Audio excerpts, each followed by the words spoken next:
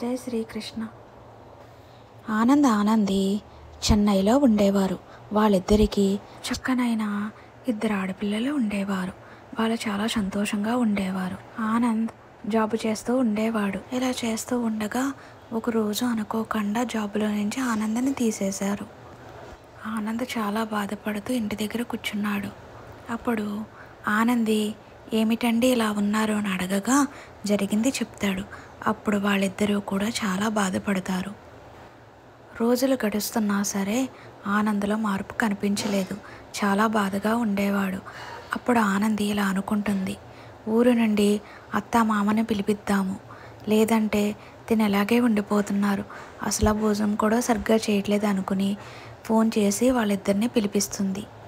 ఊరు నుండి అత్తయ్య గారు మామయ్య గారు వచ్చారు. జరిగిందంతా చెప్పింది. అమ్మ అబ్బాయి ఏడి అని అడుగుతారు. బాలకన్యలో ఉన్నారండి అని చెబుతుంది. అప్పుడు మామయ్య గారు ఆనంద్ దగ్గరికి వెళ్తాడు. ఏమిటి ఆనంద్, ఏమి జరిగింది అంటే అప్పుడు ఆనంద్, నాన్నగారండి నేను వర్క్ బాగానే చేసేవాడిని, కానీ నన్ను జాబ్లో నుంచి తీసేశారు అని చెప్తారు. అప్పుడు వాళ్ళ నాన్నగారు బాధపడకు, మరొకటి చూసుకోవచ్చులే అని అంటాడు.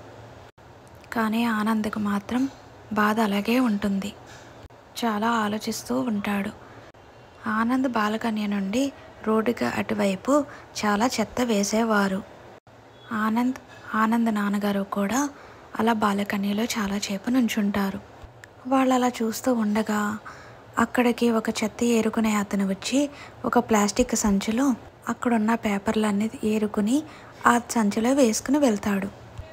మరలా కొంచెం సమయం తర్వాత ఒక కుక్క అక్కడికి వస్తుంది.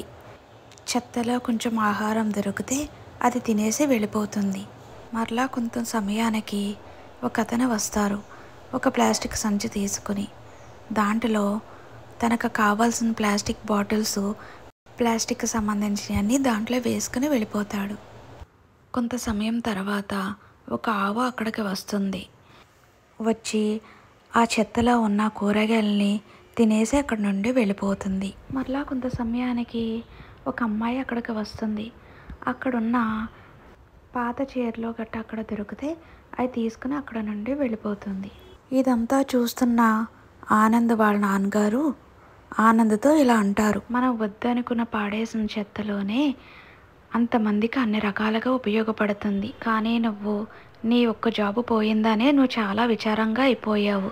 చూడు ఎలా అయిపోయావో. ఈ ప్రపంచంలో మనం ఏదన్నా చెయ్యాలనుకుంటే చాలా మంచి మంచి పనులు ఉన్నాయి చేసేవి, ఆ జాబ్ ఒకటే లేదు, ఏదైనా చేసి నువ్వు సంపాదించవచ్చు కదా అని అంటారు. అప్పుడు ఆనంద్కి తను ఏం చేశాడో అర్థమైంది. నాన్నగారండి నన్ను క్షమించండి, నేను మీ అందరినీ చాలా బాధ పెట్టాను. నాది పోయింది జాబే కదా, నేను ఏదో ఒక బిజినెస్, వేరే జాబో, మరి ఏదో ఒకటి మంచి పని వెతుక్కుని దాంట్లో ఉంటాను నాన్నగారండి అని ఆనంద్ చెప్తాడు. అప్పుడు వాళ్ళిద్దరూ అక్కడ నుండి లోపలికి వెళ్తారు. ఆనంద్ భార్య అందరికీ భోజనం వడ్డిస్తుంది. అందరూ చాలా సంతోషంగా ఉంటారు అప్పటి నుండి. మన జీవితంలో కూడా ఏదన్నా కష్టం వచ్చినప్పుడు జాబులో కానీ బిజినెస్లో కానీ మరి ఏ రంగంలో కానీ ఇబ్బంది వచ్చినప్పుడు దాంట్లో కొనసాగాలి, లేదా మరి ఏదొకటన్నా చూసుకోవాలి, కానీ అలాగే ఉండిపోయి మానసికంగా కృషించిపోకూడదు. మనం చెయ్యాలనుకోవాలే కానీ ఈ ప్రపంచంలో చాలా మంచి మంచి పనులు ఉన్నవి. మనం ఎప్పుడూ మనలో ఉన్న దృఢ సంకల్పాన్ని, ఆత్మవిశ్వాసాన్ని విడవకూడదు.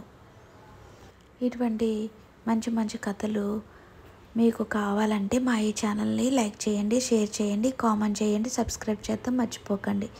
శ్రీరామ రక్ష.